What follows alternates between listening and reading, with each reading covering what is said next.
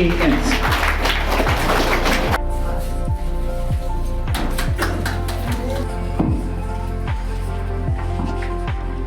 Shan Super-20 आनजादाव उथ्रिनो हानाय बिजाथिफोरखौ दिनै बरायदों। गसाइगाव सहराव थानाय गसाइगाव साइन्स एकाडेमीजों खुंफुंजानाय देग्लाय बोसोरनि Shan Super-20 आनजादाव उथ्रिनो हानाय बिजाथिफोरखौ दिनै बरायनाय हाबाफारि खुंदों। बे आनजादाव साइन्स आरो आर्ट्स आयदायाव गासै 20 फरायसाफोरखौ सायख'नाय जादों।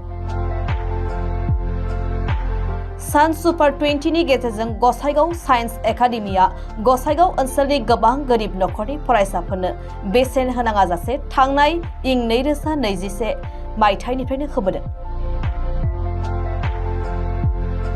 मख'नो गोनांदि दिनैनि बे हाबाफारियाव गाहाय आलासि महरै क'क्राझार जिल्ला खुंगिरि मासान्दा पार्टिना बाहागो लायो। आं दिनै बाव जिरायनायनि उद्देश्यआ जाहैबाय Shan Super-20 2025 जों Shan Super-20 लादोंमोन नालाय बेनि दिनैहाय फेलिटेसन प्रग्राम दंमोन। जों गथ'फोरखौबो 40 जन गथ'फोर बाख्नायदोंमोन। बाव बाख्नायनायाव जोङो 2021 निफ्राय Shan Super-20 लागासिनो दंमोन। Shan Super-20 माने मा जोङो बाव 20 जन 9 निफ्राय लायो ओमफ्राय क्लास 10 निफ्राय साइन्सनि थाखाय आरो आर्ट्सनि थाखाय 10 जन लानाय जायो। बिनि जुनै जोंहा दिनैहाय बाव जिरायदोंमोन।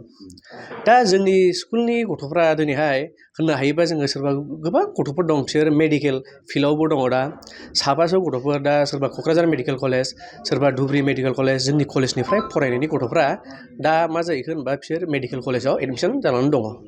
बिदिनो जोंनि स्कुलाव स्पेसियेलि गामिनि मानसिफोर गामिनि गथ'फोर फैयो। दा बे Shan Super-20 खौ जों मानो लादों होनबा गामिनि जोंनि गथ'फ्रा सोरबा फाइनान्सियेलि उइक थायो फैसा गैया माने बिमा बिफाफ्रा हाजिरा मावो मा मावो बिनि जुनैनो जों बिसोरनि थाखाय मोनसे Shan Super-20 लानाय जायोमोन। बे Shan Super-20 लानाय जायो। दा बावनो जोंहा दिनैहाय खुंनाय जोब्बाय सार राजिब हान्स फैदोंमोन IPS सार ओमफ्राय मासानन्दा पेटिन मेम फैदोंमोन DC मेम फैदोंमोन। बाव नोंस्रा जुदि माने फैनो हायोबा जोंनिबो कलेजाव फैनानै एडमिसन लानो हागोन।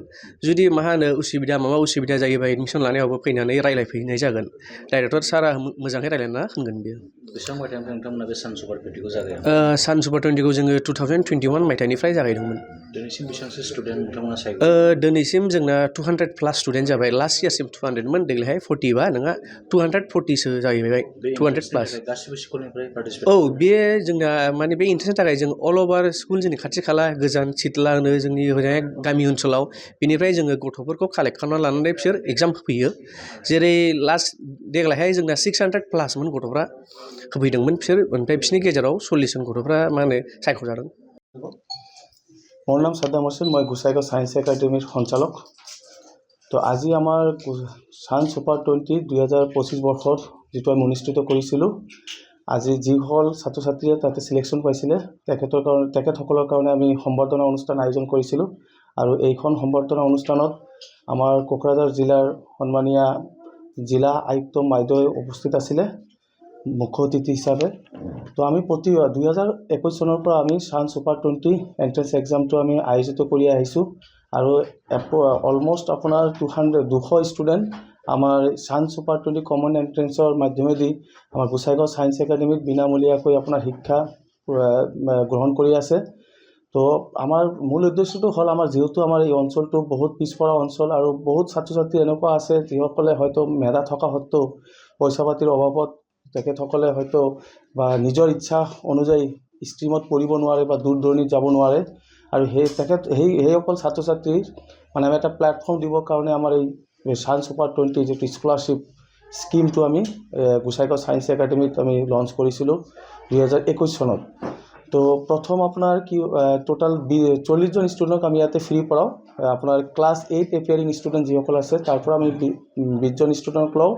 আৰু যিসকল ক্লাছ 10 এপিয়াৰিং মানে মেট্ৰিক এক্সাম দিব তাৰ পৰা আপোনাৰ আৰ্টছৰ কাৰণে 10 জন ষ্টুডেণ্ট আৰু আপোনাৰ ছায়েন্সৰ কাৰণে 10 জন ষ্টুডেণ্টক আমি ইয়াতে চিলেকশ্যন কৰোঁ।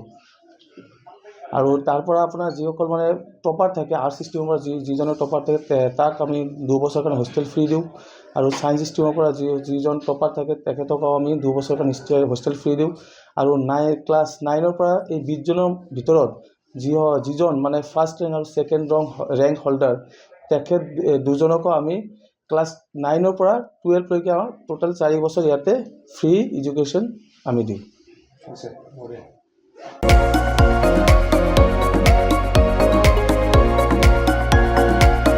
क'क्राझार सहरनि गथ'सा लाइमोनफोरनि थाखाय गोजोनथाव खौरां। क'क्राझाराव गिबि खेबनि थाखाय गोदानै बेखेवदों इउनिभार्सेल गेम जन मुंनि मोनसे डिजिटेल गेलेमु सेन्टार। क'क्राझार सहरनि ग्रीन फिल्डनि साखाथि इट्स भबानिपुर जेडी रडनि लामा सेराव गोदानै बेखेवबाय इउनिभार्सेल गेम जन। गोसो गुदुं गथ' एबा लाइमोनफोरा बे गेम जनाव फैनानै रंजानाय लाफैनो हागोन।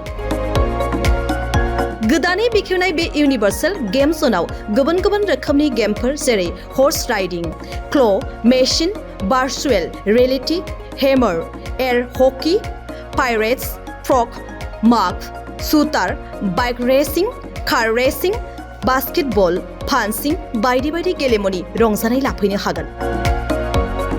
बेनिखायनो गाव गावनि गथ'फोरखौ गोदानै बेखेवनाय बे इउनिभार्सेल गेम जनाव दान्दिसे सम लाबोनानै गुबुन गुबुन रोखोमनि गेलेनायनि खाबुखौ बाङायल' फिस होनानै रंजानाय लाहोनो हागोन।